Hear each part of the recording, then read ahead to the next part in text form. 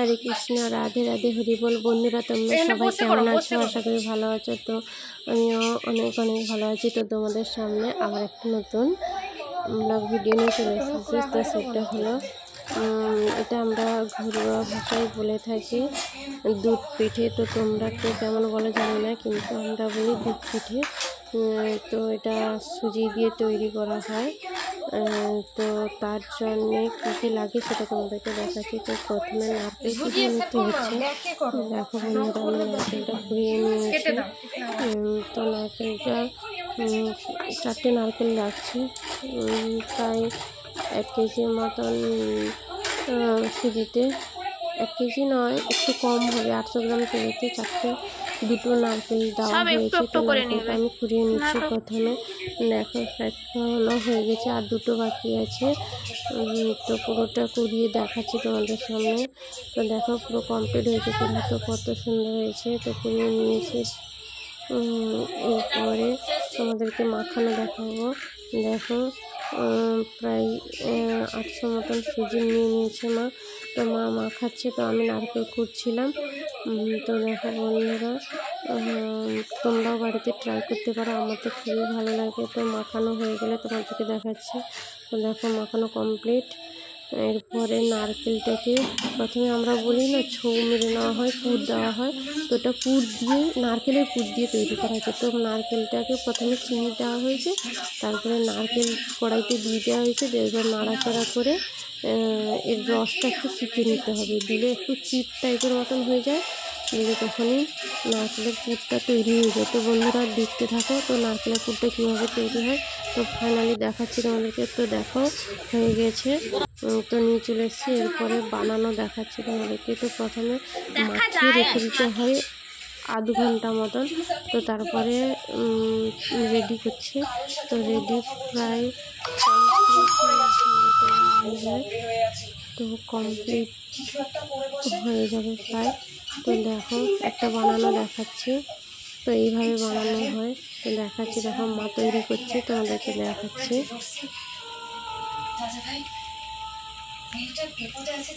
দেখো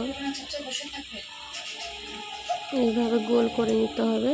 তারপরে পুরটা দিয়ে মুখটা, 2টো মুখ বন্ধ করে দিতে হবে, দিয়ে টিপে দিতে হবে, দিলে যাতে চিপটা না খুলে যায় আর কি। তো তার জন্য এটা খুবই সিম্পল এবং ঘরোয়া পদ্ধতিতে তোমরা বাড়িতে ট্রাই করতে পারো, এবং খুবই টেস্টি খাবার একটা। তো আমার ভালো লাগে। তো কার কেমন লাগছে প্লিজ সবাই কমেন্ট করে জানবো। যদি ভালো লাগে থাকে প্লিজ লাইক করো এবং সাবস্ক্রাইব করে দিও। তো দেখো আর একটা আস্তে আস্তে করে করতে হয়, একটা টাইম লাগে।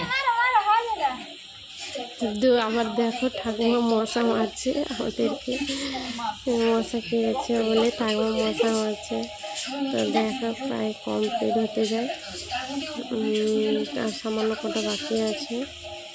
তো এটা একটু মোটা মোটা করলেও কেউ বড় সাইজের করে, তো আমরা বড় সাইজের কিছু কেউ ছোটো করতে পারে, কোনো অসুবিধা হয় না। তো যে যেভাবে করতে পারে, কেউ ছোটো করতে পারে, কেউ বড় করতে পারে। তো যে যার রুচি অনুযায়ী, তো যে যেমন ভালোবাসে তোমরা সবাই তেমনই বাড়িতে ট্রাই করো, দেখে অবশ্যই ভালো লাগবে। তো আমার ভালো লাগছে, তোমাদেরকে কেমন লাগছে জানি না। আমার তো খুবই পিঠেটা খেতে খুবই ভালো লাগে। তো পিঠের দুধটা খেতে আরও দারুণ লাগে, মিষ্টি হয়, নারকেল দেওয়া থাকে তো খুবই মিষ্টি হয়। তো দেখো প্রায় কমপ্লিট। তো এরপরে চলে যাচ্ছি। তো কড়াইতে প্রথমে ওভেনটা অন করে কড়াই বসিয়ে দুধটা ঢেলে নিতে হবে। দুধটা আগে ফুটিয়ে নিতে হবে। তো ফুটে গেলে একটু এরপরে থালায় রাখা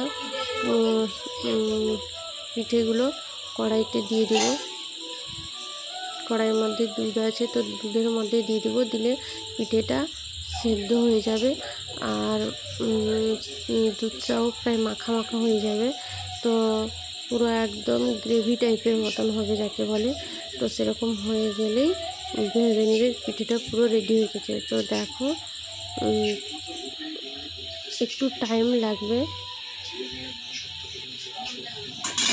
তো একটা ঢাকনা দিব যাতে সেদ্ধ হয়ে যায়। তো ঢাকনাটা অনেকটা ছোটো হয়ে যাচ্ছে, তো ঢাকনাটা চেঞ্জ করে দেব।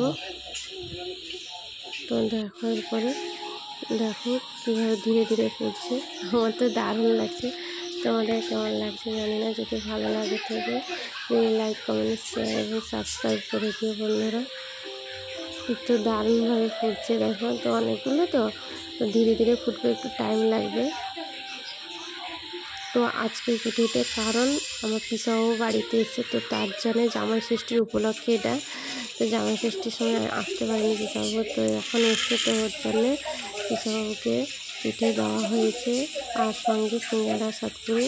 তো বোন এসছে ও, তো দেখো বোন কি কেমন বলছে সেটা শোনো।